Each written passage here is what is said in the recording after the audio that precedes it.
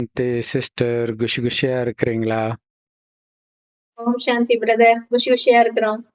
Okay sister. எங்க பார்த்தாலும் கருப்பு கருப்புன்ட்டு சூர்யா நடிச்ச படம் தான் ஃபேமஸா பேசப்படுது.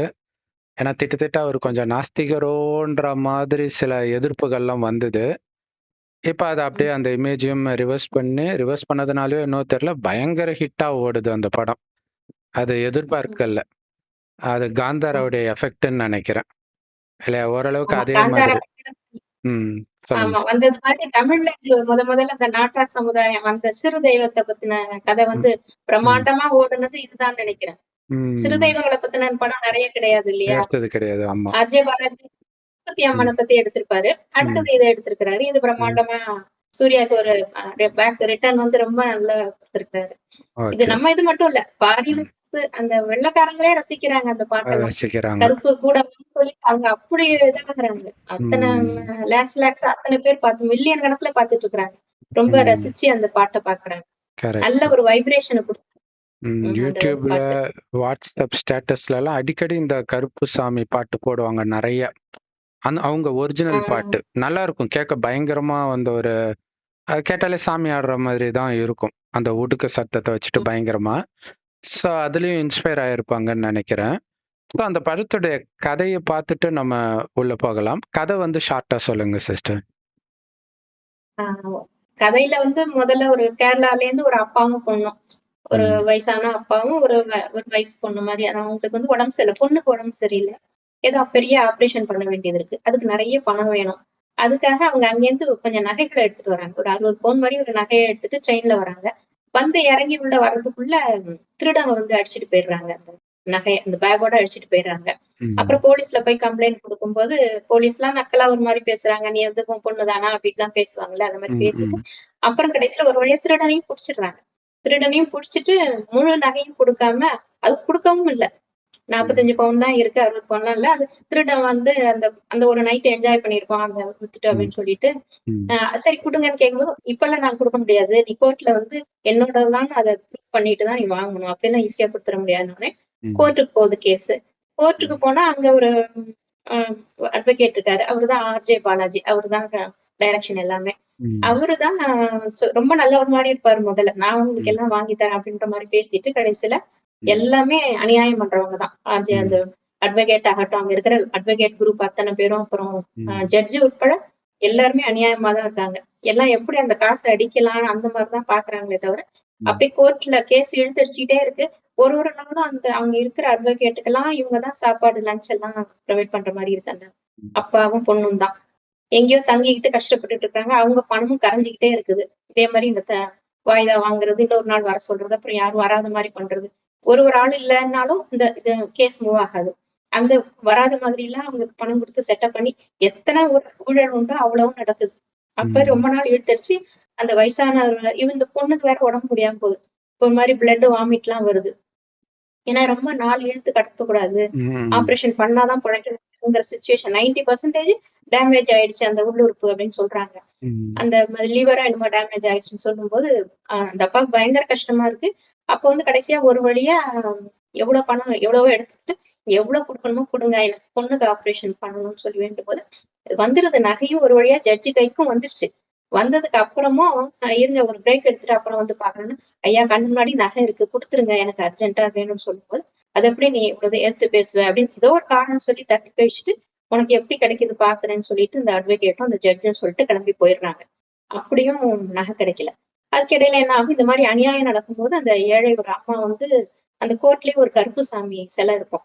அங்க போயிட்டு மொளகா அரைச்சு அப்படி ம். கருப்பண்ணசாமி மேல பூசிட்டு ம். வேண்டிக்கிட்டு அழுவாங்க. நீங்க தான் ம். காப்பாத்தணும். இந்த மனுஷங்கள்லாம் நம்பி பிரயோஜனம் இல்ல. கடவுளே தான் காப்பாத்த முடியும்னு சொல்லிட்டு, அத பார்த்திருப்பாரு இந்த வயசானவர். அத பார்த்து நம்மளும் வேற வழி இல்ல. நம்மளும் சாமிய நினைச்சா தான் முடியும். சாமி மட்டும் தான் நம்மள காப்பாத்த முடியும்னு சொல்லிட்டு, இவரு ரொம்ப அழுதுட்டு போயிட்டு, அதே மாரி மொளகாத்தூள் அரைச்சு அங்கேயே உரல்லாம் இருக்கும். அத அரைச்சு அப்படியே அந்த கருப்புசாமி மேல பூசிட்டு, இவரு ரொம்ப கண் கலங்கி ரொம்ப மனவேதனையோட இருப்பாரா.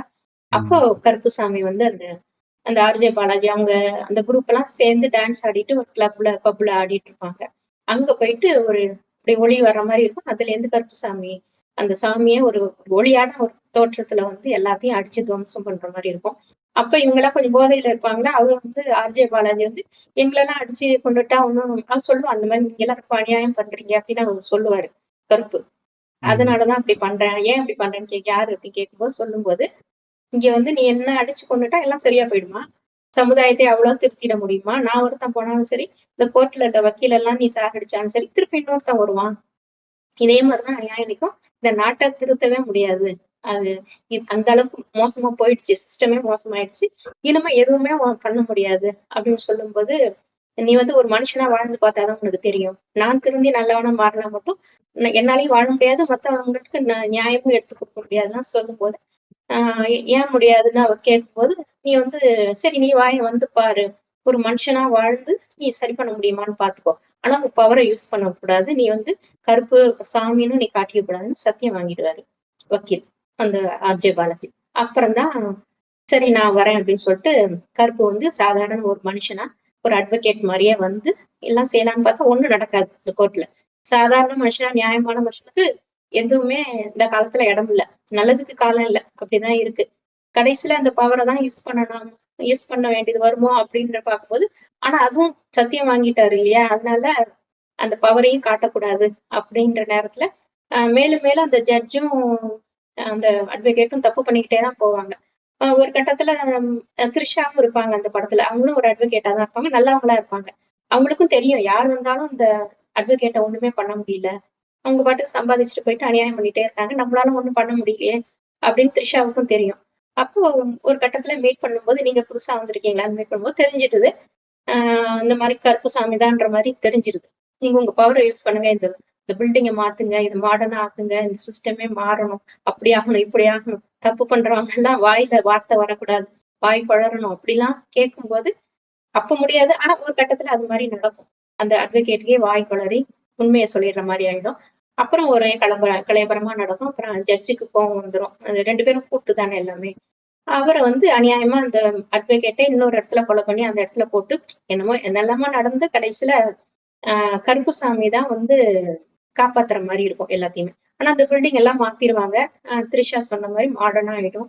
கோர்ட் எல்லாமே ஆனா கூட இன்னும் இந்த சிஸ்டம் இன்னும் சரியா வராது. அப்புறம் தான் மக்கள்லாம் போராட்டம் இதெல்லாம் நடக்கும். அப்புறம் கடைசியா கருப்புசாமி வந்து ஒரு ஒரு சர்டன் எல்லைக்கு மேல அவருக்கு பவர் இல்ல அப்படின்னு சொல்லுவாரு. நீ இந்த எல்லைக்குள்ள வந்தா தான் நான் காப்பாத்த முடியும். இந்த கோர்ட்ட சுத்தி ஒரு வளையம் மாரி அந்த இடத்துக்குள்ள வந்துட்டா காப்பாத்திடலாம். அதுக்கு வெளியில எல்லாம் ஒண்ணும் பண்ண முடியாது. ஆனா இவங்க வந்து வெளியிலயே அந்த த்ரிஷா இவங்களெல்லாம் அடிக்க பார்ப்பாங்க.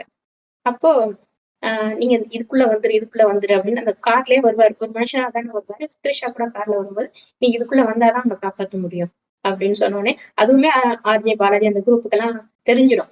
இதுக்குள்ள போனா நம்மளால ஒண்ணும் பண்ண முடியாது. வெளியிலேயே அடிச்சுடணும் அப்படிலாம் பிளான் பண்ணுவாங்க.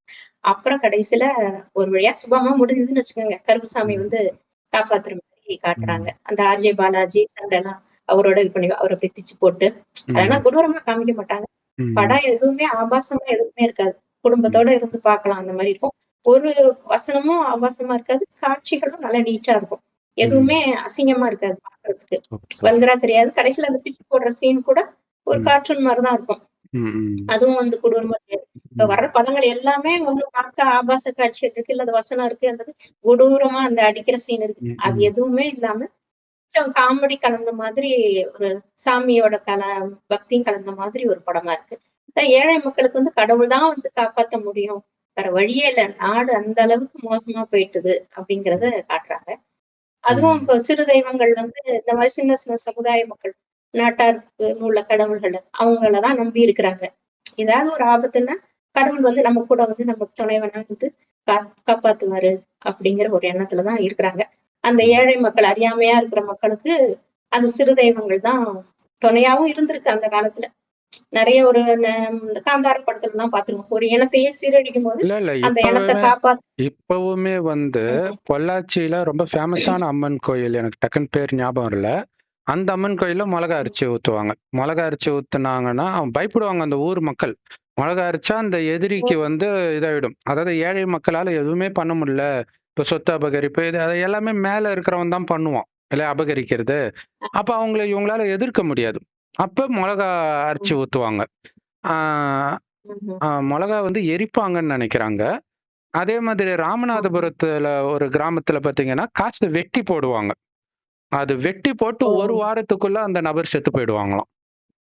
யாராவது ஒரு ம்ஹ்ம். எதிரி தப்பு பண்ணியிருந்து, அவங்க ஒண்ணுமே இவங்களால பண்ண முடியலன்னும்போது, காசு வெட்டி போட்டுருவாங்களாம். அந்த பழக்கம் இப்பவும் நெறைய கிராமத்துல இருக்குது. கிராமப்புறங்கள்ல இது அது இருக்குது. எதுக்கு மிளகா அரைக்கிறேன் ம். நினைச்சேன். அதாவது அந்த ஏழைகளோட வயிறு எரியுது இல்லையா? ம், வயிறு ம், எரிச்சு ம். சாபம் குடுக்குற மாதிரி. ம், ம். அதானே அந்த மிளகா எரிஞ்சா அப்படியே எரியும். அது கருப்பு மேல தடவும்போது அந்த எரிச்சல வந்து அப்படி காட்டுறாங்க. ம், இவ்வளவு ம். தூரம் வயிறு எரிய வைக்கிறாங்கல்ல. ம், நீ தான் ம். வந்து காப்பாத்தணுங்கிற மாரி. அதுக்காக தான் அப்படி செய்றாங்கன்னு நெனைக்கிறேன். ம். Super, super.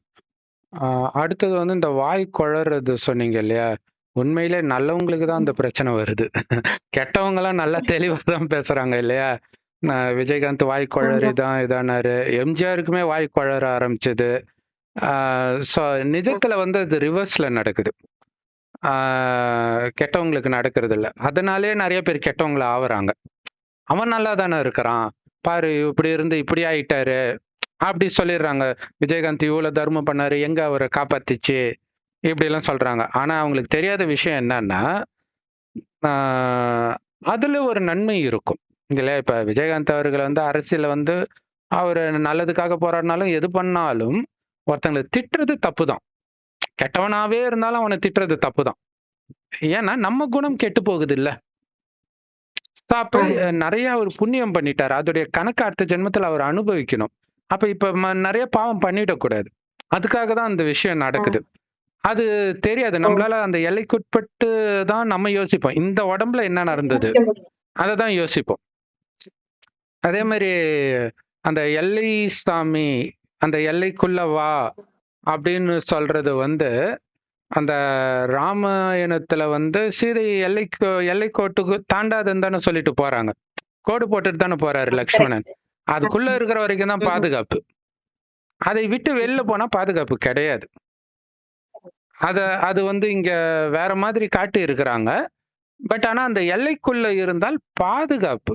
யாரும் வந்து அடிக்கலாம் மாட்டாங்க. ம். கடவுள் வந்து உங்களுக்காக சண்டைலாம் போட மாட்டாரு. ஏன்னா எல்லா மதத்திலயும் அப்படி ம். காட்டிட்டாங்க. கடவுள் உனக்காக நான் சண்டை போடுவேன், நான் யுத்தம் பண்ணுவேன்னு பைபிள்ல எல்லாம் இருக்கும். அப்படிலாம் ம். கடவுள் சண்டை போட மாட்டார். அது மனிதர்களுடைய வழி.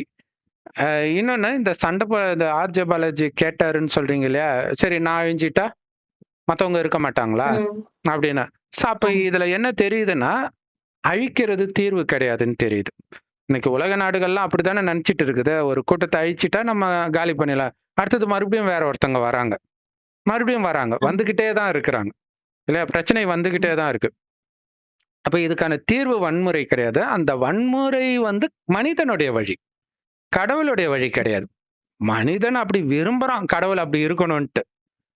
அப்ப எப்படி ம். இந்த மொளகா அரைச்சு போடுறது, காசு வெட்டி போடுறதெல்லாம் நடக்குது அப்படின்னா, அவன் வந்து அது அந்த அந்த ஒரு ஊர்ல அவங்க பிறக்குறாங்க. அந்த ஊர்ல ஒருத்தருடைய அநியாயம் மோசமாக ஆகுது. அது ஒரு அளவுக்கு அதிகமா ஆகுது. அவன் செஞ்ச கர்மத்துக்கு தண்டனை கொடுக்கிற நேரம் வரும்பொழுது இது நடக்குது. அந்த நேரம் இவனுக்கு ம். எண்ணம் வருது. இத பண்றான். இதனால மக்களுக்கு ம். வந்து அந்த கடவுளின் மீது நம்பிக்கை வருது. ஏன்னா அவனுக்கு ஏதோ ஒரு விதத்துல நம்பிக்கை வரணும்ல. ஒரிஜினல் கடவுள் வர்ற வரைக்கும் அவனுக்கு நம்பிக்கை வரணும். அதுக்காக ம். சில அற்புதங்கள்ல இது ஒரு அற்புதம். நெறைய அற்புதங்கள் நடக்குது இல்லையா? கோயில்ல இப்ப கூட முருகன் கண்ண திறந்தாருன்றாங்க. அ பிள்ளையார் பால் ம். குடிச்சாருன்றாங்க. இது மாரி நெறைய விஷயங்கள் நடக்குது. ஒரு இடத்துல பார்த்தீங்கன்னா, பைபிள்ல இருந்து எண்ணெய் ஊத்திக்கிட்டே இருக்குது. இந்த மாரி நெறைய விஷயங்கள் நடக்க தான் செய்யுது. அது எதுக்குன்னா, ஒரு நம்பிக்கை இருக்கணும் மனிதர்களுக்கு. நம்பிக்கை இல்லன்னா சீக்கிரமா சமுதாயம் கெட்டு போயிடும். இன்னைக்கு ம். நாஸ்திகரா இருக்கிற அத்தனை பேரும் பாருங்க, பாலியல் குற்றங்கள்ல சிக்குறாங்க. கடவுள் இல்லன்னு நம்ப ம். ஆரம்பிச்சுடுறான். ஆமா. ஜோசியம் பேசுறவரே எனக்கு கடவுள் மேல நம்பிக்கை இல்லன்றாரு. அப்புறம் என்னத்துக்கு ஜோசியம் பார்க்குறாரு தெரியல.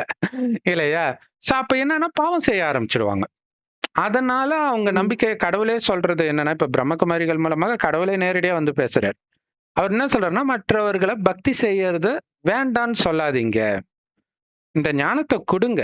வந்திருக்கிறது கடவுள்னு அவங்களுக்கு எப்ப நம்பிக்கை வருதோ, அப்ப அத விட்டுருவாங்க. கடவுள புடிச்சுக்குவாங்க. ஆனா கடவுள புடிக்காமலே அத விட்டுட்டாங்கன்னா முடிஞ்சு போச்சு. இப்ப ம். நாஸ்திகர்கள் அதத்தானே பண்ணாங்க. நாஸ்திகர்கள் வந்து, ம். "பாரு இது நடக்குது. அப்ப எங்க கடவுளு? இங்க இப்படி நடக்குது பாரு. அப்ப எங்க உங்க கடவுளு?" இத சொல்லும்போது ஆமா இது நல்லா தான் இருக்குதுல்ல. அப்படின்ட்டு கடவுள் இல்ல. அப்புறம் அந்த அந்த எல்லைக்கு மேல எனக்கு பவர் இல்லங்கும்போது, இதான் கடவுள பவர் அவ்வளவுதானா? இந்த ம். எல்லைக்குட்பட்டதான்னா அவருக்கு பவர் கிடையாதா? அப்படி கிண்டல் பண்ணுவாங்கல்ல ஆமா. நாஸ்திகர்கள்லாம். இப்ப கூட அந்த ஃபேமஸான ப்ளூ சட்டை மாறன் அத சொல்லியிருந்தார். ஓ! ஆ. கடவுளுக்கு அந்த இதுக்கப்புறம் பவர் இல்லையான்ட்டு ஏதோ ஒரு நக்கல் பண்ணியிருந்தார். இப்பதான் எனக்கு ஒரு இதுக்கு பதில் கிடைச்சது அப்படிங்கிற மாதிரி. ஆ அது ஆக்சுவலா எல்லை சாமின்றது நம்ம வேற ஒரு தனியா பட் இங்க வந்து இத பாசிட்டிவா எடுக்கிறது அப்படின்னா, கடவுள் நமக்கு எல்லை வச்சிருக்கிறார். அந்த எல்லைன்றது வந்து ஸ்தூலமான கிடையாது. ஸ்தூலமான இடம், இதுக்கு அந்தாண்ட போக்கூடாது அப்படி கிடையாது.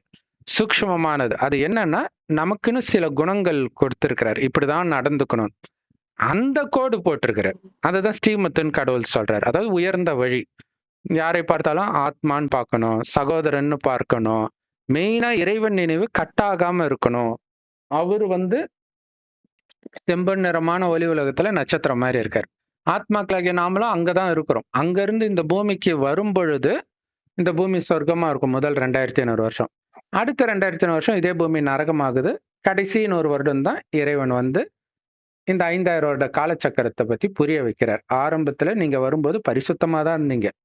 தேவதைகளா இருந்தீங்க. அவங்கள தான் இந்துக்கள் கோயில் கட்டி கும்பிடுறோம்.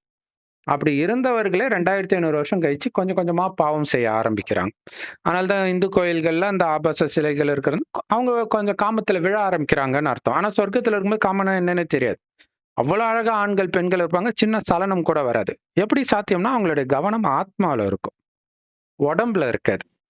அப்ப உண்மையிலே கடவுள் வந்து எல்லைக்குட்பட்ட நிலை, எல்லைக்கு அப்பாற்பட்ட நிலைன்னுவார். நாம உடம்புன்னு நினைச்சாலே எல்லைக்குட்பட்டு தான் யோசிப்போம். நான் ஹிந்து, கிறிஸ்டின், முஸ்லிம், இந்த நாட்டை சார்ந்தவன், இந்த மொழியை சார்ந்தவன். இதனால தான் என்ன பண்ணுவோம்? மற்றவர்களை வெறுக்க ஆரம்பிப்போம். இல்ல ஒண்ணுத்த நேசிச்சாலே இன்னொன்னு வெறுக்க ஆரம்பிச்சிடும். அப்ப அந்த எல்லைய உடைங்கன்றார். எப்படி உடைக்கிறது? உடம்புன்றத மறங்கன்றார். அப்ப இந்த உடலை இயக்கக்கூடிய ஆத்மா நான்ற உணர்வுல இருங்க. ஆத்மா எப்பவுமே இருக்கும். உயிர். அது பூர்வ மத்தியில நட்சத்திரம் மாதிரி ஜொலிக்கினால தான் இங்க போட்டு வைக்கிற பழக்கம் இருக்கு. அது ஆணாகவும் அதாவது ஆண் உடலும் எடுக்கும், பெண் உடலும் எடுக்கும். மாறி மாறி. ஆனா மனிதனா தான் பிறக்கும். இன்னைக்கு தமிழ்நாட்டுல பொறந்திருக்கலாம். இதுக்கு முன்னாடி ஜென்மத்துல ஆந்திரால பொறந்திருக்கலாம். அதுக்கு முன்னாடி ஆப்பிரிக்கால பொறந்திருக்கலாம். அதுக்கு முன்னாடி அமெரிக்கால பொறந்திருக்கலாம். இப்படி உலகம் ஃபுல்லா சுத்தி வரும்னு தெரிஞ்சா, யாராவது மத்த நாட்டை எதிர்ப்பாருங்களா?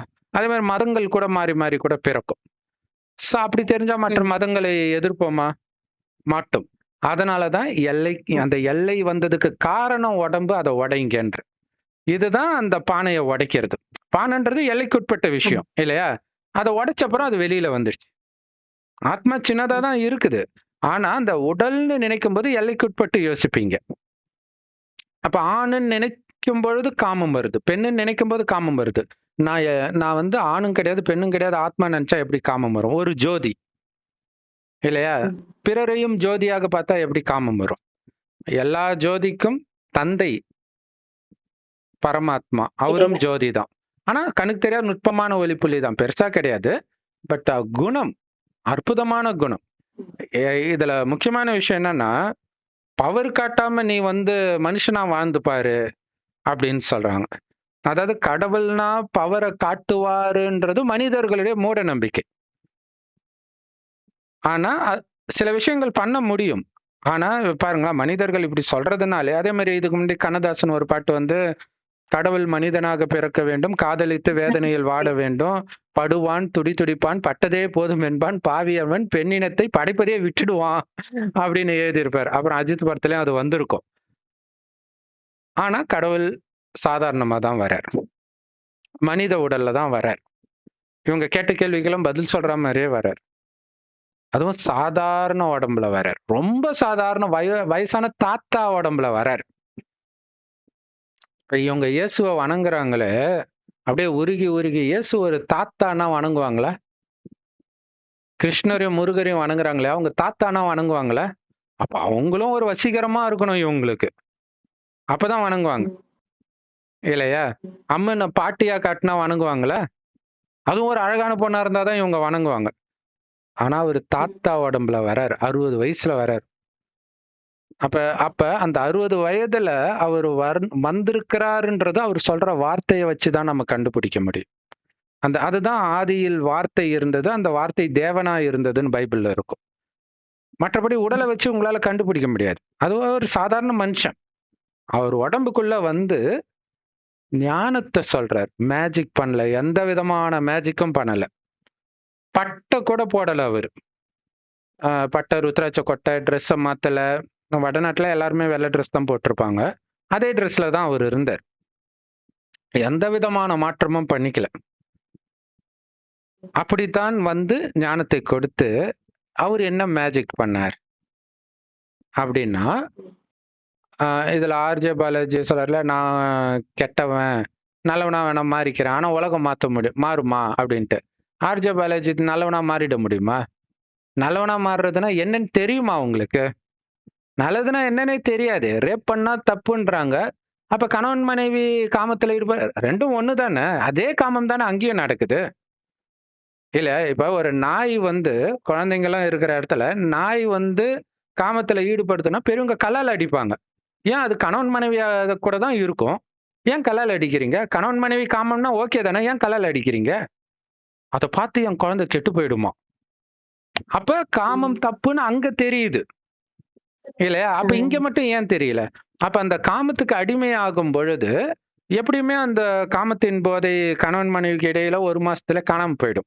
ஆசை 60 நாள், மோகம் 30 நாள்னுவாங்க. ஃபுல்லாவே கட் ஆயிடும். ஆனா மனைவி மேல மட்டும்தான் கட் ஆயிடும். காமத்தின் போதை மற்றவர்களை பார்த்தா வரும். ஒரு பிரதர் சொல்றாரு, எனக்கு வந்து கன்னிகாஸ்திரியை பார்த்தா கூட காமம் வருது பிரதர், ஆனா என் மனைவியை பார்த்தா வரமாட்டேங்குதுன்றார். ஆனா அந்த மனைவிக்கு காமம் வேணும் வேணும் வேணும்ன்ட்டு கத்துது. அதுக்காக ஏதோ கிளாஸுக்கெல்லாம் அனுப்புது. அப்ப அவர் சொல்றாரு இப்படி. அப்ப இது தப்புன்னு எந்த மதமும் சொல்லல. ஏன்னா முதல் பாவம் இதுதான். அப்ப ஒரு மனுஷனுக்கு சுயநலமே எப்ப வருது? கல்யாணம் ஆன பிறகு தானே வருது. அது வரைக்கும் அதை பத்தி கவலைப்படலையே. நல்லா இருக்கிற சகோதரன் கல்யாணம் ஆனோடனே வெட்டிக்கிறாங்க இல்லையா? அப்பதான் என் குடும்பம் முக்கியம், நீ பாட்டுக்கு உன் தம்பி தங்கச்சிக்கே செஞ்சுட்டு இருப்பியான்ட்டு நிறைய வீட்டுல பிரச்சனை எல்லாம் வருது. இப்ப காமம் தான் முதல்ல வந்து இன்னொன்னு புத்திய மயக்கிடும். புத்தி வந்து மயக்கிடும். அந்த காமத்துல ஒருத்தன் சொல்லுவாங்க இல்லையா, தண்ணி அடிச்சிட்டு இருக்கும்போது போய் கொலை பண்ணுவாங்க. தண்ணி அடிச்சு தான் கொலையே பண்ணுவாங்க. அடியாள்கள்லாம் பாத்தீங்கன்னா தண்ணி அடிச்சுட்டு தான் போவாங்க. இல்லைன்னா யோசிப்பாங்க. தண்ணி அடிச்சிச்சுன்னா அதை தண்ணி அடிச்சுட்டு மச்சான் அவனை விடக்கூடாது. அதை தவிர அவனுக்கு எந்த எண்ணமுமே வராது. ஆனா அந்த போதையெல்லாம் ஒண்ணுமே கிடையாது காமத்தின் முன்னாடி. அதனாலதான் தலையணை மந்திரம்னே சொல்லுவாங்க இல்லையா? அந்த காமத்தின் நேரத்துல மனைவி கணவன் கிட்ட சொல்றது அப்படியே உள்ள போயிடும். அம்மாவையே போட்டு அடிப்பான், தங்கச்சியை துரத்துவான். எல்லாம் அப்ப அந்த புத்தி மயக்கத்துக்கு போயிடும். மயக்கத்துக்கு போய் இத விஷத்தை உள்ள எந்த எண்ணம் வேணுமோ அந்த எண்ணத்தை ஏற்றி விட்டுறாங்க. அது மாதிரி பல சாம்ராஜ்யங்கள் அழிஞ்சு இருக்குதுன்றார் கடவுள். பல யுத்தங்களுக்கு காரணமாக இருந்தது காமம்ன்றார். மண்ணாசை பொன்னாசை சொல்லுவாங்களே, 3 ஆசைகள் இருக்கு. அதனாலதான் ராஜ்யங்கள் யுத்தத்துக்கு போனாங்க. கண்டிப்பா நிறைய அரசியல் விஷயங்கள், ஆட்சியை பிடிக்கிறது, கவுக்கிறது எல்லாமே பெண்ணை திருப்திப்படுத்துறதுக்காக நடந்ததெல்லாம் இருக்குது. இன்னை வரைக்கும் அது உண்மையாக இருக்குது எல்லா இடத்துலயுமே.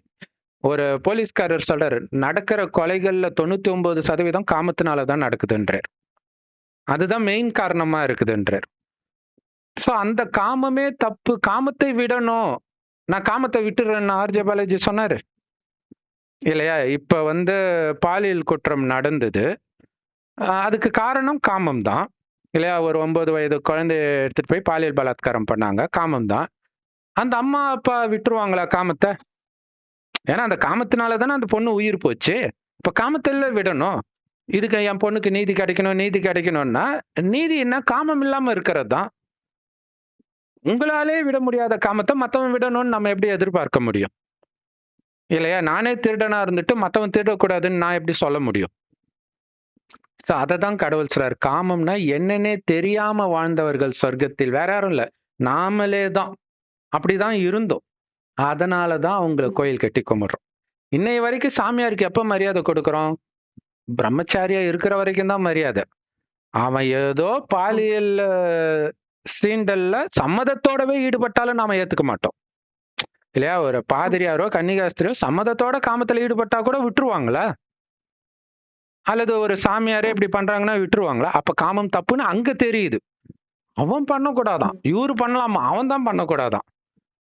அப்படி இருக்கிறாங்க. இதுதான் தஞ்சாவூர் கோயிலோ எந்த கோயிலோ தெரியல, ஏதோ ஒரு கோயில்ல ஒரு சிலை இருக்குது. ஒருத்தனை பின்னாடி இருந்து ஒருத்தன் முதுகுல குத்துவான், அவனுக்கு பின்னாடி இருந்து இன்னொருத்தன் முதுகுல குத்துவான். அதோடைய அர்த்தம் என்னன்னா, இவன் செஞ்ச பாவத்துக்கு பின்னாடி இருந்து ஒருத்தன் முதுகு குத்துறான். அந்த குத்துறவனும் கொலை செய்யப்படுவதற்கு தகுதியானவன் தான். அது தெரியாம அவர் குத்துறாரு இன்னொருத்தனை. அததான் இயேசு உங்களை எவன் உத்தமனோ அவன் முதல்ல விபச்சாரி மீது கல்லெறியுங்கள்னு. ஏன்னா நீயே அந்த தப்பு பண்ணிக்கிட்டு அவ விபச்சாரின்னு நீ எப்படி சொல்ல முடியும் அப்படின்னு கேட்கிற.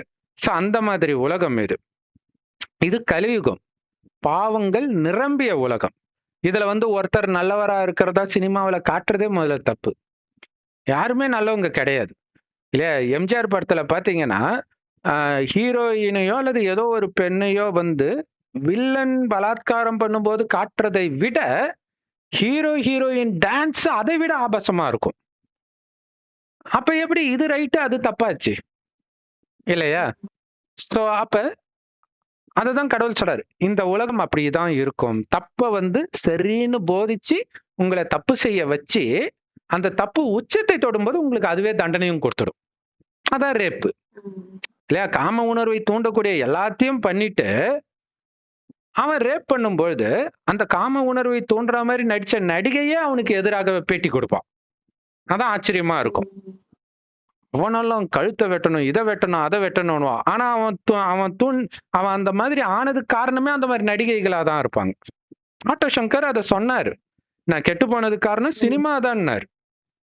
அவரு கொலை பண்ணதுக்கும் சரி, பெண்கள் கிட்ட தப்பா நடந்ததுக்கும் சரி, என்னை கெடுத்தது சினிமான்னாரு. மத்தவங்களும் கேட்டா அதான் சொல்லுவாங்க, ஆனா யாரும் கேட்டு போடுறது கிடையாது.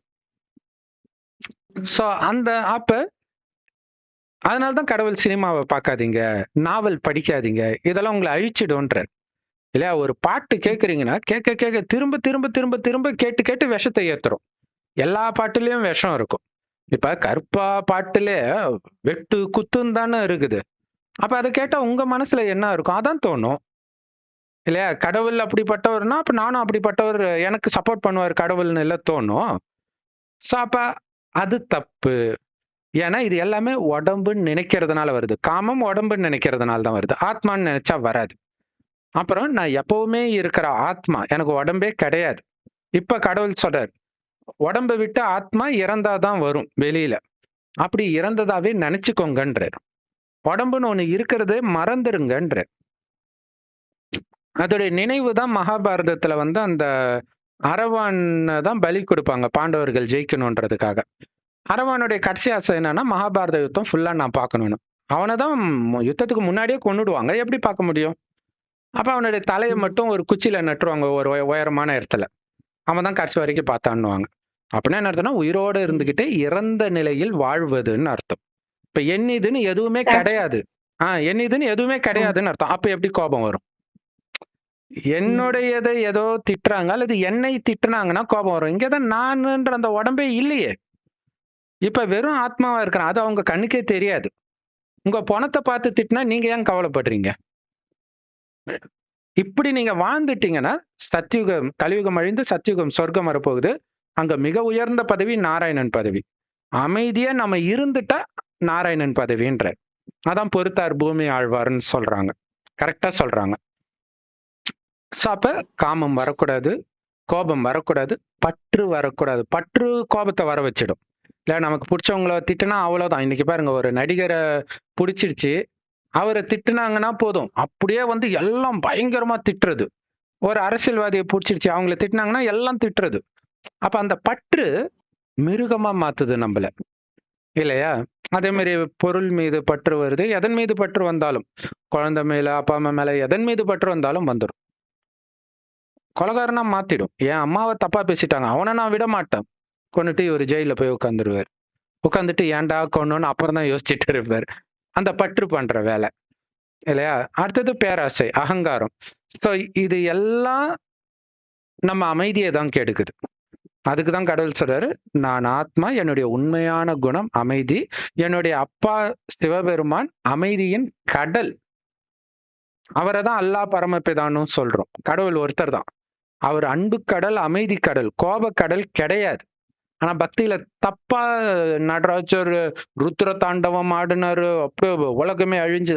உலகம் அழியும் போது நம்மள ஆனந்த தாண்டவம் ஆட வைக்கிறார். எப்படி? உடல்ன்றத மறக்க வச்சு. அதனாலதான் இறந்து போன சதிதேவிய தோல்ல போட்டு ஆடுறார். அப்ப இறக்க வைக்கிறார் புத்தியினால. புத்தியினால உடம்பு கிடையாது, நீங்க வெறும் ஆத்மான்னு நினைங்கன்ற. அப்பதான் கடவுளுக்கு சமமா அந்த ஆனந்த சச்சிதானந்த சொரூபத்துல நம்மளால இருக்க முடியும் அப்படிங்கிறார். இப்படி அந்த நடராஜர் தாண்டவும் அந்த சுரூபம் தான். கரெக்ட். ஆனா கலியுகத்துல அப்படி இருக்கிறது சாதாரண விஷயம் கிடையாது. ஆனா கலியுகத்திலேயே நீங்க அப்படி இருந்துட்டீங்கன்னா அடுத்த 5000 வருஷமும் உங்களால எந்த பிரச்சனையும் இந்த பூமிக்கு வராது. அந்த மாதிரி மனிதர்களை தான் கடவுள் இப்ப உருவாக்குறார், அவர் ஞானத்தை கொடுத்து.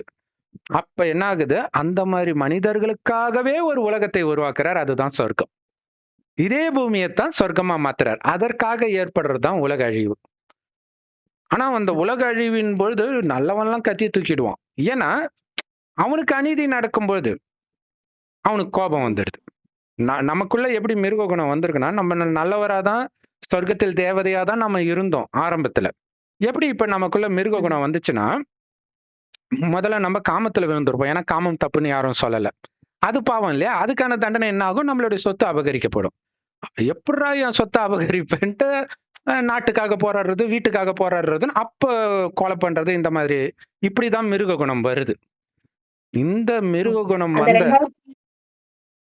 சொர்க்க வாழ்க்கை முடியும் போது உடல்ங்கிற நினைப்பு வந்ததுக்கு அப்புறம் தானே அந்த கொஞ்சம் கொஞ்சமா அந்த விகார குணங்கள் வரும்போது இதை அனுபவிக்க லாயக்கு இல்லைன்னு சொல்லிட்டு அந்த தங்க மாட மாளிகை சொர்க்கத்துல இருந்ததெல்லாம் பூமிக்குள்ள போயிடுச்சு. மற்ற கண்டங்கள்லாம் வெளியில வந்துட்டது. அப்புறம் கொஞ்சம் கொஞ்சமா மனுஷங்க இப்ப இருக்கிற அதுக்கப்புறம் இருக்கிற ஹிஸ்டரி எல்லாருக்குமே தெரியும். இஸ்லாமிய இந்த தர்மம் வந்தது, அந்த கிறிஸ்துவ தர்மம் வந்தது, பௌத்த தர்மம் எல்லாமே அதுக்கப்புறம் தான் வந்தது. பக்தியே அதுக்கப்புறம் தான் ஆரம்பிச்சது. எல்லாமே தெரியும். வந்து கொள்ளையடிக்கிறாங்க. ஆனா கொள்ளையடிக்கிறதுக்கு அவங்க கருவிதான். நாம அதை அனுபவிக்க தகுதி இல்லாத போது கொள்ளையடிக்கிறாங்க. நான் யாருக்கிட்டையும் கொள்ளையடிக்கல, கொள்ளையடிச்சிருக்க மாட்டோம். ஆனா காமம் பற்று அதற்கான தண்டனை போகும்போது அது இல்லன்னு மொகலாயர்கள் வந்து படையெடுக்கிறாங்க, பிரிட்டிஷ்காரங்க வந்து படையெடுக்கிறாங்க, வந்து கொள்ளையடிச்சிட்டு போறாங்க. இந்தியா ஏழ்மை ஆயிடுது. அப்படியும் இந்தியா வந்து சொர்க்க நிலைமைக்கு வரணும். அப்ப நம்ம மாறணும். கரெக்ட். இப்ப மனித வழி என்ன? அவன் அடிச்சான்னா ஓகே, நம்மளும் அணு ஆயுதத்தை உருவாக்குவோம். இப்ப என்ன ஆகும்? எல்லாம் அழிஞ்சு போக வேண்டியதுதான். இதனால நீங்க எப்படி பாதுகாக்க முடியும்? இல்ல அவன் திருப்பி அடிச்சா நான் திருப்பி அடிக்கிறேன், அவன் நீ திருப்பி அடிச்சா நான் இன்னும் அடிப்பேன். இதான அமெரிக்கா ஈரான் பண்ணிட்டு இருக்க. கட்சியில என்ன ஆகும்? ரெண்டும் பொருளாதாரத்துல உலகமே பொருளாதார சீர்குலைவுல போயிட்டு இருக்குது இல்லையா? அதான் கடவுள் சொல்றார், அப்படி ஆகிதான் தீரும். ஏன்னா அந்த அளவுக்கு பாவம் செஞ்சாச்சு. இப்ப நீங்க அமைதியா இருங்க. சிவனேன்னு இருந்தேன்னு சொல்லுவாங்களே, அது இப்ப இப்பத்திய விஷயம் அது. இறைவன் நினைவுல அமைதியா இருங்க. கோடீஸ்வரனுக்கு கூட சாப்பாடு இல்லாத நிலை வரும். ஆனா உங்களுக்கு அந்த நிலை வராதுன்றார். ரொம்ப பெரிய சூப்பரான உணவு கிடைக்காது. பட் ஆனா பசிக்கு தேவையான உணவு கொடுக்கறதுக்கு நான் கேரண்டின்றேன். ஸோ அப்புறம் என்ன நமக்கு கவலை? துர்மரணம் வராதுன்றார். அந்த பயந்துகிட்டே சாகிறது அதெல்லாம் வராது. ஒரு செகண்ட்ல இறைவன் நினைவுல இருப்போம், டக்குன்னு போவோம். இங்கேயே ஒரு இயற்கை சீற்றம் வருதுன்னா அதுக்கு முன்னாடியே இறைவன் நினைவுல இருந்து ஆத்மா ஆனந்தமா வெளில போயிடும். அதனால நம்ம இறக்க மாட்டோம். இறைவன் நினைவுல இருந்தா, இல்லாட்டினா துர்மரணம் தான். சோ இப்படி இறைவன் நினைவிலேயே இருக்கிறது இந்த கடைசி நேரத்து விஷயம்தான். அங்க மார்கண்டேயன் சிவலிங்கத்தையே கெட்டியா கட்டி பிடிச்சிக்கிட்டான். அதாவது ஒரு ஆன்மீகவாதி யாரும் மரணத்துக்கு பயப்பட மாட்டாங்க. அப்ப எதுக்கு அவன் போய் கட்டி பிடிக்கிறான்? அது இந்த இறுதி நேரத்துல என்னுடைய குணத்தை கெடுக்கக்கூடிய விஷயம் வரும்பொழுது நான் உன்னை புடிச்சிக்குவேன், என் குணத்தை கெட்டு போக விட மாட்டேன் அப்படிங்கிறது தான். அப்ப ஒருத்தர் கெட்டு போறதுக்கு 1000 காரணங்கள். ஆர்ஜே பாலாஜி சொல்ற மாதிரி நிறைய காரணங்கள் இல்லையா? சுத்தி இருக்கிறவங்க எல்லாம் லஞ்சம் வாங்குறத பார்த்தா தானா இவங்களும் வாங்க ஆரம்பிச்சிடுவாங்க. ஆனா இதுல என்ன ஒரு கொடுமைனா, நல்லவன் என்னைக்கு கெட்டு போக ஆரம்பிக்கிறானோ அன்னைக்குதான் அவன் மாட்டிக்குவான். உடனே மாட்டிக்குவான். இதுதான் பெரிய ஆச்சரியமா இருக்கும். ஏன் மாட்டிக்கிறான்னா அவனுக்கு வந்து நல்லது பண்ணி இருக்கிறான்ல, அவனை காப்பாத்துறதுக்காக அது நடக்குது. என்னடா அது இத்தனை பேர் பண்ணானுங்க, அவனுங்களாம் மாட்டல, நம்ம மாட்டிக்கிட்டோமேன்னு தோணும். சோ நல்லவனுக்கு சேஃப்டி நல்லவனாவே இருக்கிறது தான், அந்த எல்லைக்குள்ளே இருக்கிறது தான். அதான் கடவுள் சொல்வாரு. இறைவனுடைய குழந்தை ஆயிட்டு இதுவரைக்கும் என்ன பாவம் செஞ்சாலும் அத கடவுள்கிட்ட சொல்லிட்டு, இனி பண்ணீங்கன்னா 100 மடங்கு தண்டனைன்றார். இனி பண்ணாம பார்த்துக்கணும். அப்ப நீங்க அமைதியா இருங்க. உங்களுக்கு எதுவும் ஆகாம நான் பார்த்துக்கிறேன்றார். அமைதியா இருந்தால். சண்டை போடுறது கிடையாது. எது இழந்தாலும் நீங்க அமைதியா இருங்க. ஏன்னா உலகம் அழிய தான் போகுது. நீங்க அமைதியா இருங்க. ஏன்னா அமைதிக்காக தானே அவங்க அடிச்சுக்கிறாங்க. இல்லையா? அவன் ஒண்ணு பண்ணிட்டான். அதனால என் அமைதி போச்சு. அதனால நான் அடிச்சுக்கிறேன். அடிச்சுக்கிட்டா எப்படி அமைதி வரும்? அவங்க அப்படி நினைச்சுக்கிறாங்க. இல்லையா? அப்புறம் இன்னொரு விஷயம் எனக்கு தோணுச்சு. எல்லை எல்லைன்னு சொல்லும்போது, ஒவ்வொருத்தங்களும் ஒரு ஒரு கடவுள வச்சிருக்காங்க இல்லையா? ஒவ்வொரு மதமும் ஒரு ஒரு கடவுள் தான், என் கடவுள், உன் கடவுள்னு வச்சிருக்காங்க. இந்த ம். மாரி எல்லைக்குட்பட்டு அவங்க யோசிக்கிறதுனால தான் இப்படி ஒருத்தருக்கு ஒருத்தர் அடிச்சுட்டு இருக்காங்க. கடைசியில யாருமே யாரையுமே காப்பாத்த முடியாம போகும்போது தான் அந்த பெரிய கடவுள், ஒரே கடவுள். கடவுள்னா ம். ஒருத்தர் தான். இவங்க தான் ஆளாளுக்கு இஷ்டத்துக்கு இப்படி பிரிச்சு வச்சுட்டு என்னோட கடவுள், உன்னோட கடவுள்னு அது ஒரு எல்லை வச்சுட்டு இருக்காங்க. ஒரே கடவுள் தான் படைச்சது. அவரு ஆத்மாவா தான் பார்க்கிறாரு. பரமாத்மாவா தான் இருக்காரு. அவருக்கு எந்த உருவமும் கிடையாது. இவங்க தான் மற்றபடி கும்பிடுற தெய்வம் எல்லாம் வாழ்ந்தவங்க தான். நம்ம முன்னோர்கள தான் தெய்வ தெய்வ குணத்தோட வாழ்ந்ததுனால அவங்க கோயில் கட்டி இப்ப கும்பிட்டுட்டு இருக்கோம். அந்த கரெக்ட். எந்த சாமியா இருந்தாலும் அந்த தெய்வீக குணத்தோட வாழ்ந்தவங்க தான். ஆனாலும் அவங்க ஒரு லிமிட்டா தான் அவங்களால காப்பாத்த முடியும். அந்த பக்தியில இருக்கிறதெல்லாம் ஒரு லிமிட் தான். அதுக்கு மேல காப்பாத்த முடியாது. டோட்டல் உலகத்தையுமே காப்பாத்தி புதுசா மாத்தணும், சொர்க்கமா மாத்தணும்னா அது கடவுள் ஒருத்தரால தான் முடியும். அதனாலதான் கடவுள் அதுவும் டக்குன்னு மேஜிக் பண்ணிலாம் அவர் மாத்த மாட்டாரு. எப்படி மாத்தணுமோ ஒரு ஆள் உடம்புல சொல்லி சொல்றது கடவுள் தான் புரிஞ்சுகிட்டு ஏத்துக்கிட்டு யாரெல்லாம் நடந்துக்கிறாங்களோ அவங்க மூலமா அந்த வைப்ரேஷனை பரப்பி அவரும் ஒரு நல்ல வைப்ரேஷனை பரப்பி இந்த உலகத்துல உள்ள அவ்வளத்தையும் மாத்தணும் ரெனோவேட் பண்றாரு மொத்தத்துல இந்த பூமியை புதுசா புதுப்பிக்கிறாரு. அப்ப சில அழிவுகள்லாம் இதெல்லாம் மாத்தவே முடியாது. ஒருத்தர் பண்ணா சரியா போயிடுமா அப்படின்னு கேக்குறாங்க இல்லையா? அதான் மொத்தமா அத்தனை பேரையும் திருத்துறதுக்கு அந்த ஆத்மாவெல்லாம் எடுத்து கொண்டு போய் ஒரு இடத்துல வச்சுட்டு அதான் முக்தி. அவங்க ம். அதான் போனா அதான் போதுன்ற நிலைமை வந்துரும் எல்லா கடைசியில. ஆத்மாவும் இங்கே தான் வந்துடும் கடைசியில. ம். கடைசியில அங்க போனதுக்கு அப்புறம் இந்த பூமிய புதுசா புதுப்பிச்சு, அப்புறம் ஆத்மாக்கள் ஒண்ணொண்ணா அவங்க வரிசை கிரமப்படி வரவழைக்க போறாரு. அதுதான் ம். நடக்க போகுது. அததான் கடவுள் சொல்லிக்கிட்டே இருக்காரு. கடைசி 100 வருஷம் 90 வருஷம் ஆயிடுச்சு அவர் சொல்லி. மெதுவா அந்த விஷயம் கொஞ்சம் கொஞ்சமா பரவிக்கிட்டே இருக்கு. உலகம் ஃபுல்லா இந்த விஷயம் போய் போய் சேர்ந்துகிட்டே இருக்கு. அதுக்காக தான் நம்ம ஒரு ஒரு வீடியோலயும் நம்ம சொல்லிட்டே இருக்கோம். கடவுள் இப்படி கண்டிப்பா. சொல்றாரு. தன் ஆத்மான்னு புரிஞ்சுகிட்டு பரமாத்மாவ ஜோதி ரூபமா நினைங்க. ஒளி புள்ளியா இருக்காங்க. நினைங்க நம்மளோட அப்பா அவரு. நாம எப்படி இருக்கோம்? ஆத்மா. நம்ம அப்பாவும் ஆத்மாவா தான் இருப்பாரு. அவருக்குன்னு ஒரு உருவம் கிடையாது. ஆனா கும்பிடுறதுக்காக அந்த லிங்க ரூபம், விதை ரூபம்னு அவர் சொல்லிட்டாரு. அதான் மனித சிருஷ்டியோட இத கொஞ்சம் ரூபமா பெருசா இருக்கிறாரு. வச்சுட்டாங்க லிங்கம்னு. கொஞ்சம் அவ்வளவுதான். பெருசா அந்த லிங்கம் ம். வச்சுட்டாங்க. பூஜை பண்றதுக்காக. அபிஷேகம் பண்ணி பூஜை பண்ணணும். அப்பனா தானே நமக்கு திருப்தியா இருக்கும். இப்படி ஒளி புள்ளி கண்ணுக்கே தெரியாது அப்படின்னா எப்படி பக்தி வரும்? அந்த ஈடுபாடு வராதுல்ல. அதுக்காக பூஜை பண்றதுக்காக அப்படி ஒரு உருவத்த வச்சுட்டாங்க. அது மாரி அது ஒரு உருவத்த பார்க்கும்போது அவங்களுக்கு அந்த ஒரு பக்தி பாவனை வருது. அதே மாரிதான் கருப்பண்ணசாமி அப்படி கம்பீரமா அப்படி வருவாரு. நமக்காக அநியாயம் பண்றவங்கள வெட்டி சாய்ப்பாரு. நம்மள காப்பாத்துவாரு. அப்படிங்கிறது அந்த மக்களோட நம்பிக்கை. அதுக்கு ம். தகுந்த மாரி நடக்கும். சில கடவுள் விஷயங்கள். ம். கொஞ்சம் கொஞ்சம் அந்த நிலத்துக்கு இவங்க மூலமா காப்பாத்துற மாரி பண்றாரு. ஏன்னா உலகம் டக்குன்னு அழிஞ்சிடக்கூடாது இல்லையா? அப்படி ம். விட்டுட்டே இருந்தா ரொம்ப மோசமா போய் அப்பயே அழிஞ்சிருக்க வேண்டியது. ஆனா இந்த மாரி ஒரு தெய்வ நம்பிக்கையும், இந்த சாது சன்னியாசிகள்லாம் உண்மையா இருக்கிற வரைக்கும் அப்படி உலகம் காப்பாற்றப்பட்டது. ஆனா இப்ப நிலைமை ரொம்ப மோசமாயிடுச்சு. உலகம் கண்டிப்பா. ஃபுல்லாவே அநியாயமா தான் இருக்கு. கண்டிப்பா. அதனால வேற வழியே இல்ல. அந்த விநாசத்த நோக்கி தான் போய்க்கிட்டு இருக்குது. கண்டிப்பா. அத ஏன்னா நம்ம பார்க்கிறோம். ஏன்னா இப்ப கடவுள் கேட்கிறாரு. சிலர் இறந்தவர்களை எழுப்பினார் அப்படின்னாங்க. சரி எழுப்பிட்டாரு. அதுக்கப்புறம் அவரு இறக்கவே மாட்டாரா? இல்ல. ஆமா. எப்படியும் இறக்க தானே போகணும். அவ்ளோ ஆசை உடம்பு மேல. இந்த உடம்ப விட மாட்டேன்னு அப்படின்ட்டு கடவுள் இந்த சொல்லுவாரு. உடம்பு ம். பிரபஞ்சத்தினால ஆனது. பஞ்சபூதங்கள் நீர், நிலம், நெருப்பு, காற்று, ஆகாயம். அதுதான் நம்ம கரெக்ட். அங்க அண்டத்துல இருக்கிறது தான் பிண்டத்திலயும் இருக்கு. 2ம் அது ஒண்ணுதான். இங்க இருக்கிறதும் ஒண்ணுதான், இங்க இருக்கிறதும் ஒண்ணுதான். உடல் அழியக்கூடியது மண்ணோட மண்ணா போகுது. எல்லாம் அப்படி ஒண்ணு கலக்க போகுது. கடைசியில உயிர் மட்டும் இதுக்கு சொந்தமானது கிடையாது. இந்த பூமிக்கு சொந்தமானது கிடையாது. அது பரந்தாமத்துல இருந்து வந்தது. அது அழிக்க முடியாது. இந்த பூமியிலான உண்டான பொருளே கிடையாது அந்த உயிர். என்னைக்குமே அழியாத பொருளா இருக்குது. பரமாத்மாவும் என்னைக்குமே நிலையா இருப்பாரு. ஆனா அவர் உடம்பு எடுக்கல. எடுத்திருந்தாருன்னா அவருக்கும் நம்ம நிலைமை தான். நீ மனுஷனா பார்த்தா பொழச்சுக்கோ அப்படின்னு சொல்றாருல்ல. அது மாரி அவரும் மனுஷனா வந்துட்டாருன்னா, அவரும் நம்மள மாரி தான் ஆயிருப்பாரு. அதனாலதான் அவர் மனுஷ பிறவியே எடுக்கிறது பிறக்கிறது கிடையாது. கிடையாது. என்னைக்கும் பிறக்கிறது ம். கிடையாது. ஆத்மாவாவே தான் இருக்கிறார். பரமாத்மா அது பரமாத்மா. எல்லைக்கு அப்பாற்பட்ட ஆத்மா. அவரு அதுல என்னைக்குமே அப்படி அதுல இருக்கிறதுனாலதான் ஒரு விஷயம் என்னன்னா, ரைட்டு தான். குழந்தையா பிறந்தா கெட்டு போயிடுவாங்க. ஏன்னா குழந்தையா பிறக்கும்போது எல்லாமே மறந்துரும். சமுதாயம் கெடுத்துடும். ஏன்னா உலகம் மோசமாகுது. ஆனா கடவுள் வந்து டைரக்ட்டா பிரவேசிக்கிறாரு. ஆனா ஒரு வயோதிகர் உடல்ல தான் இருக்கிறாரு. அந்த நேரம் உலகம் ரொம்ப மோசமா தான் இருக்குது. ஆனா அதோடைய பாதிப்பு கடவுள கொஞ்சம் கூட அசைக்கல. வராது. அவருடைய பரிசுத்தத்த கொஞ்சம் கூட இழக்க வைக்கல. அதுதான் சதாசிவம் அப்படின்னு சொல்றோம். எப்பவுமே அவருடைய குணம் அப்படியே இருக்குது. இது கமலஹாசன் ஒரு படத்துல வந்து அது என்ன சதாசிவம், சதா வெங்கடாஜலம் அப்படி இப்படின்னாரு. சதா அப்படி கிடையாது. வெங்கடாஜலமாலாம் இருக்க முடியாது. கிருஷ்ணர் எப்பவுமே கிருஷ்ணரா இருக்க மாட்டார். கிருஷ்ணர்ன்றத சொர்க்கத்தில் அடுத்தடுத்த பிறக்கிற பிறவி. முதல் குழந்தை. அப்ப பரிசுத்தமா தான் இருப்பாரு சிவனுக்கு ஈக்குவலா. அடுத்தடுத்த ஜென்மத்துல அவருடைய குணம் கொஞ்சம் கொஞ்சமா குறைஞ்சு குறைஞ்சு கலியுகத்துல அதனால தான் அவருக்கு ஷாம் சுந்தர்ன்றாங்க. சொர்க்கத்துல சுந்தராக அழகாக இருந்தவர் கலியுகத்தின் இறுதியில வரும்போது கருப்பாயிடுறார். அப்படின்னு அர்த்தம் குணம் கெட்டு போயிடுது. சிவன் மட்டும்தான் எப்பவுமே இருக்கிறாரு.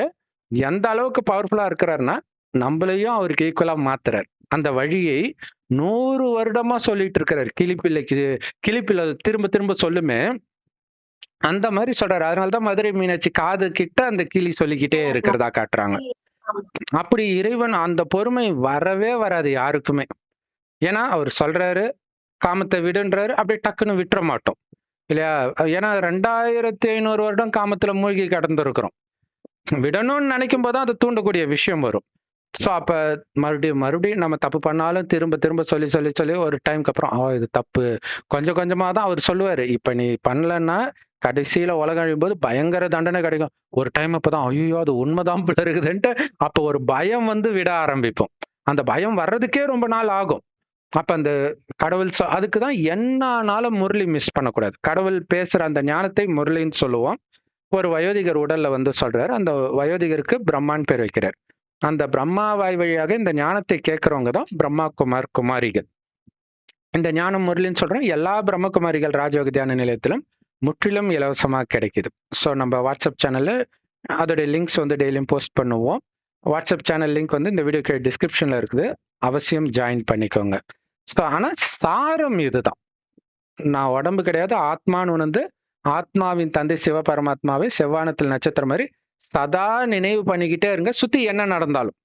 இப்போ ஒரு குடும்பத்துல இருக்கிறீங்கன்னா காமத்தை தூண்டக்கூடிய விஷயம் நடக்கும், கோபத்தை தூண்டக்கூடியது, பற்று, பேராசை எது நடந்தாலும் இறைவனை தவிர எதுவுமே என் மைண்ட்ல வராம இருக்கணும்.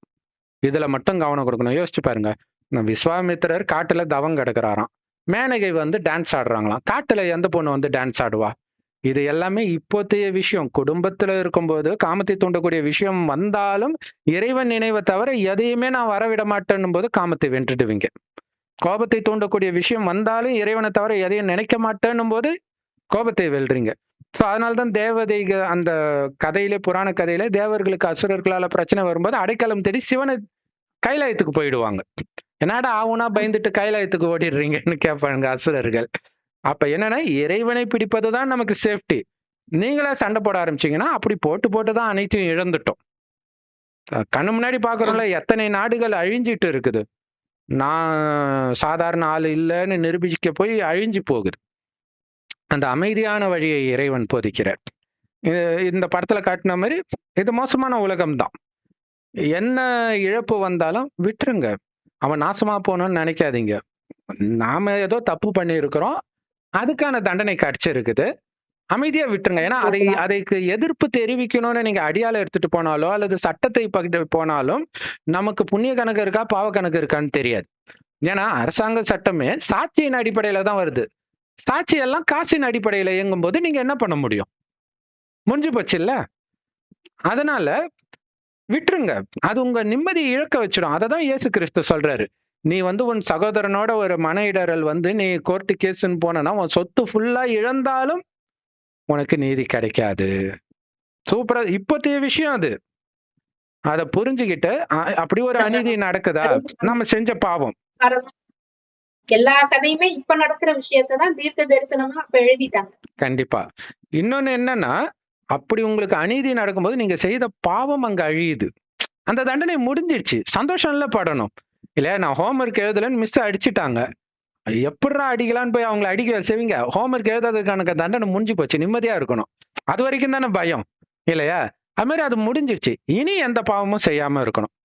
இறைவன் நினைவுல இருக்கணும். ஆனா நீங்க இறைவன் நினைவுல இருந்து அந்த பாவத்தை அழிச்சிட்டீங்கன்னா, தண்டனை எப்படி இருக்கும்னா, ஈட்டி மாதிரி வர்றது ஜஸ்ட் ஒரு முள்ளு குத்துன மாரி இருக்கும்ன்றார். ஆ அந்த அளவுக்கு குறையும். ஸோ அதுக்கு இறைவன் நினைவுல நீங்க அமைதியா இருங்க. அமைதியான உலகம், சொர்க்கம். இது கிடையாது. இது நம்ம உலகமே கிடையாது. அததான் இயேசு சொல்றாரு. நான் ராஜா, இந்த உலகத்துக்கு கிடையாது. இது இது என் உலகமே கிடையாதுன்னுவாரு. முஸ்லிம்ஸும் சொல்லுவாங்க. நம்ம இந்த உலகத்துக்காக இருக்கக்கூடாது, அங்கத்துக்காக இருக்கணும் அப்படின்ட்டு. ஸோ எல்லா மதமும் ஒரு விஷயம் தான் போதிக்குது. ஆனா தெரியாம அதுல வன்முறையும் இருக்கிறதுனால அதையும் புடிச்சுக்கிறாங்க. வன்முறை இறைவனுடைய வழி இல்ல. அது மனித வழிய கலந்துட்டாங்க. மதங்களை கடவுள் உருவாக்கல. மனிதர்கள் உருவாக்குறாங்க. கடவுள் சொர்க்கத்திற்கு போறதுக்கான வழியை நரகத்தின் இறுதியில் வந்து அவரே வந்து சொல்றார். அதனால தான் அவருக்கு கடவுள்னு பேரு. மகிமை. அவரே வரலன்னா எதுக்கு அவருக்கு மகிமை? வெறும் இயேசு, நபி, புத்தருக்கே மகிமை பண்ணிட்டு போயிடலாமே. கடவுளுக்கு எதுக்கு மகிமை? இல்லையா? ஸோ சூப்பரான ஒரு விஷயம் சொல்லியிருக்கிறோம். ஸோ இத பார்க்குறவங்க வந்து பிரம்மகுமாரி சென்டருக்கு போங்க. ஏன்னா இந்த படம் நல்லா இருக்கிற மாதிரி தெரிஞ்சாலும், கடவுள் ஒரு ஆக்ரோஷமானவர்ன்ற ஒரு தவறான செய்தியை போதிக்குது. ஓகே, நாஸ்திகம் பேசுனதுக்கு இது ஓகே பெட்டர். பட் ஆனா இது கடவுளுடைய உண்மையான குணம் கிடையாது. அவர் வந்து அமைதியா ஞானத்தை கொடுக்கறது தான் அவருடைய வேலை. அதனால தான் தட்சிணாமூர்த்தி சப்த ரிஷிய முன்னாடி வச்சுட்டு ஞானத்தை கொடுக்குற மாரி படம் வச்சிருக்கிறாங்க மரத்துக்கடியில. ம். ஒரு ஆலமரத்தடியில ம். ஞானம் போதிக்கிற மாரி ஒரு சிலை இருக்கும். கோயிலே எல்லா கோபுரத்துலயுமே இருக்கும். கண்டிப்பா. தட்சிணாமூர்த்தின்னு ஒரு சன்னதி இருக்கு. இப்ப கூட குரு பெயர்ச்சி தான் இன்னைக்கு கூட. ஓ! குரு பெயர்ச்சி தான் சூப்பர், சூப்பர். ம். இன்னைக்கு. அது குரு தட்சிணாமூர்த்தின்னு குருவுக்கு தான் இன்னைக்கு எல்லாம் பண்ணிக்கிட்டு இருக்காங்க. பரிகாரம் அப்படிலாம் சொல்லி செஞ்சுட்டு இருக்காங்க. எல்லா கண்டிப்பா. கோயில்லயும் இப்ப நடக்குது. கண்டிப்பா. ஏன்னா இறைவன் பக்கம் வருவதற்கு முன்பு அந்த பக்தி கொஞ்சம் புடிச்சு இழுக்கும். ஸோ அதுதான் சூர்யா அவர்கள் பேசும்பொழுது, ஆர்ஜே பாலாஜி சொன்னாராம், "இங்க ஏதோ ஒரு அந்த கருப்பர் தான் நமக்குள்ள இருந்தா மாதிரி இருந்துச்சு. நான் எஸ் சொல்லிட்டேன்." அந்த கதை சொல்லும் பொழுது அப்படின்றாங்க. இது எல்லாமே இறைவன் தன் பக்கம் இழுக்கிறதுக்காக பண்ற வேலை. ஏன்னா பாபான்னு ரஜினி ஒரு படம் எடுத்தாரு. நம்ம ஞானம் அப்படியே இருக்குது. ஆனா அவரு இங்க வராம வா வா வாழ்க வாழும் கலை ஸ்ரீ ஸ்ரீ ரவிசங்கரை போய் புகழ்ந்து பாடிட்டு இருக்கிறார். கடவுளே வந்திருக்கிறாருன்னு தெரியல. ஆனா பாட்டெல்லாம் நல்லா தான் இருந்துச்சு அருணாச்சலத்துல. சிவனை வச்சு புகழ்ந்தெல்லாம் பாடியிருக்காரு. ஆனா அவர் வருவாருன்றது அவங்களுக்கு தெரியல. கடவுள் எங்கும் நிறைந்தவர் இப்படியே நினைச்சிட்டு இருக்கிறாங்க. ஸோ நம்மளும் எழுப்புறதுக்கு நம்மளே டைரக்டா ஞானம் சொன்னா எவனுமே பார்க்க மாட்றாங்க. அதனால இந்த மாதிரி சினிமா அல்லது அரசியல் அந்தந்த நேரத்துக்கு என்னென்ன வருதோ அதை வச்சு ஞானத்தை சொல்றோம். அப்பயாவது பார்க்க வந்து அவங்களுக்குள்ள இது போகட்டும்ட்டு. இது புரிஞ்சுக்காம நிறைய பேர் நீ ஆன்மீகத்தை பேசாம ஏன் இதை பேசுற? கண்டென்ட்டை ஃபுல்லா பாருங்க. நாங்க ஆன்மீகத்தை பேசுறோமா வேற ஏதாவது பேசுறோமான்னு தெரியும். இல்லையா? பேசுறவங்களுக்கு யாருக்கு அந்த இது வரணுமோ அது வந்து சேர்ந்துரும். இப்ப எப்படி சூர்யாவுக்கு திடீர்னு அப்படி தோணுச்சு இல்லையா அந்த படத்தை ஒத்துக்கணும், கருப்பு மேல ஒரு வந்துதானே அவரு நடிக்க வர்றாரு. அந்த மாதிரி நமக்கும் அந்த கடவுள் மேல ஒரு ஈர்ப்பு வரும். இத பார்த்து புரிஞ்சுக்கிறவங்களுக்கு வரும். கண்டிப்பா தேவதை ஆத்மாக்களா இருந்தா கட்டாயம் வந்துருவாங்க. இது ஏதோ உண்மை இருக்கு அப்படின்னு தெரிஞ்சுக்கணும் அப்படின்ற ஒரு ஆர்வத்திலயாவது வந்துருவாங்க. கண்டிப்பா. சூர்யா அவர்கள், ஆர்ஜே பாலாஜி அவர்கள் சப்போஸ் இந்த வீடியோ பார்த்தாங்கன்னா, நம்மளுடைய முரளி பி.கே. சரவணகுமார் தமிழ் முரளின்னு சர்ச் பண்ணா வரும். அதை நீங்க கேளுங்க. குறிப்பாக சண்டே முரளி. அதை கேட்டு முடிக்கிறதுக்குள்ள நமக்குள்ள எவ்வளவு ஆனந்தம் வருதுன்றத உங்களால உணர முடியும். கடவுள் தான் நேரடியா பேசுறாருன்றத உணர முடியும். ஸோ அப்படி நீங்க கடவுளின் பக்கம் நேரடியா வந்துட்டு நீங்க ஒரு படம் எடுத்தீங்கன்னா, உங்க மூலமா எத்தனை பேருக்கு செய்தி போகும்? நாங்க பண்றதை விட. இல்லையா? சூப்பரா போகும். ஸோ அந்த மாதிரி விஷயத்திற்கு கடவுள் வந்து அந்த ஆத்மாவை பத்தி மட்டும்தான் பேசுவாரு. மதமோ, இனமோ, ஜாதியோ எதை பத்தியும் பேச மாட்டாரு. கண்டிப்பா. ஆத்மாவை பத்தி மட்டும், உடம்ப பத்தியே வராது. அதுல இருந்தே புரிஞ்சுக்கலாம் பேசுறது கடவுள் அப்படிங்கிறது. ஆத்மீகம்னா உண்மையான ஆன்மீகம்னா ஆன்மா பேசுறது. ஆன்மா, ஆத்மா, உயிர் எல்லாம் ஒண்ணுதான். கரெக்ட். அதுதான் உண்மையான ஆன்மீகம். கண்டிப்பா. சரி, ஓகே சிஸ்டர். சூப்பரான ஒரு மெசேஜ் நம்ம கன்வே பண்ணியிருக்கிறோம். ஸோ முந்தைய கல்பத்தில் யாரு, ஏன்னா இதோடைய சிறப்பு என்னன்னா 5000 வருஷத்துல என்ன நடக்குதோ அதே தான் திரும்ப திரும்ப நடக்கும். அப்படின்னா 5000 வருஷம் முன்னாடி இந்த வீடியோவை பார்த்தவங்க தான் இப்பயும் பார்ப்பாங்க. அப்ப மாறினவங்க தான் இப்பயும் மாறுவாங்க. அவங்க யாருன்னா சொர்க்கத்தில் தேவதையாக இருந்தவர்களுக்கு தான் இந்த ஞானம் பிடிக்கும். அவங்க தான் இது வரைக்கும் ஃபுல்லா இவ்வளவு பெரிய வீடியோ 49 நிமிஷம் வீடியோவை பார்த்துருப்பாங்க. அப்ப இவ்வளவு நேரம் நீங்க பாத்தீங்கன்னா சத்தியமா நீங்க தேவதை ஆத்மா தான், டவுட்டே தேவையில்ல. இப்போ உங்களுக்கு சந்தேகம் இருக்கலாம், வேற ஒரு நம்பிக்கையில இருந்து வந்திருக்கலாம். ஆனா மறுபடியும் இவன் நம்ம வீடியோ ஒன்று பார்த்தாங்கன்னா திரும்ப இன்னொரு வீடியோ வரும்போது கிளிக் பண்ணி என்னாதான் பேசுறான் பார்க்கணும்னு தோணுச்சுனாலே நீங்க தேவதை ஆத்மா தான். டவுட்டே கிடையாது. ஓம் சாந்தி. தேங்க்ஸ் ஃபார் வாட்சிங். Thank you sister. Thank you. Thanks for வாட்சிங்.